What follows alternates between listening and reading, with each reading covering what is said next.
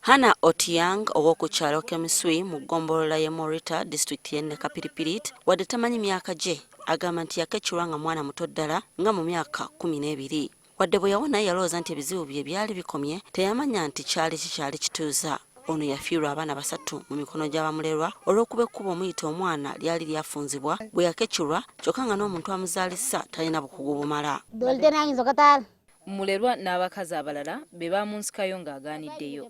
Ono abaana be baakooyeranga munda olw'okulemererwa okufuluma ku budde obutuufu era nga bwe babasikirangayo babeeranga bafudde.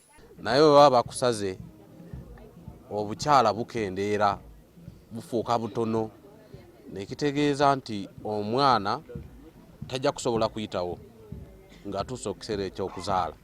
Okutuuka lwe yatandika okuzaalira mu ddwaliro era mu Swi era mu disitulikiti ye Kapiripirit kwe kusobola okuwonya abaana b'okufa. Bwe twatuuse Kella mu Swi mu ddwaliro gye yazaalira, omusawo akulira eddwaliro lino Sam Chelogoy yatubuulidde nti ebitundu 90 ku 100 by'abakyala abazaalira mu ddwaliro lino babeera baakechulwa mu mbugo. Olumu bajja baweddeyo olw'okusookera mu bamulerwa kyokka nga nabo tebabasobola kwe kubasindika mu ddwaliro eddene eri Amdat. They can come when it is really time for the mother to push. And then you face now a challenge that this mother is supposed to be referred. So in the process now moving up to Amdat, you find that the child is already tired and the child can die. Eno nno ku booda gye batera okulinnya ebasaba ekitono ennyo emitwalo 5 kubanga walako.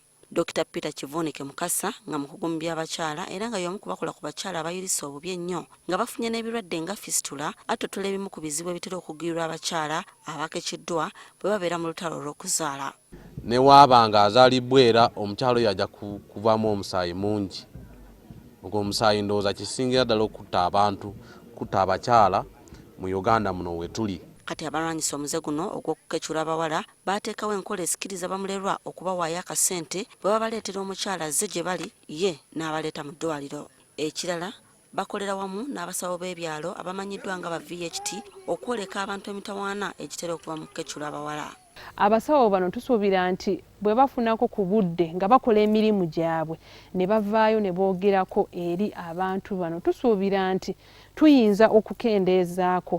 Abasawo abo be basookera ddala okukolagana n'abantu bano mu kyalo be twagala bagende mu maka g'abantu bano bagende boogere n'abakyala abasala abaana bano bakolagane ne LC bakolagane ne poliisi bakolagane na buli omu. Kw'ossa n'etteeka erikugira omuze guno eryateekebwa mu nkola mu 2010 era nga lyakakwata abantu abali mu 50 abakechula abaana. Irene Namyalo, NTV.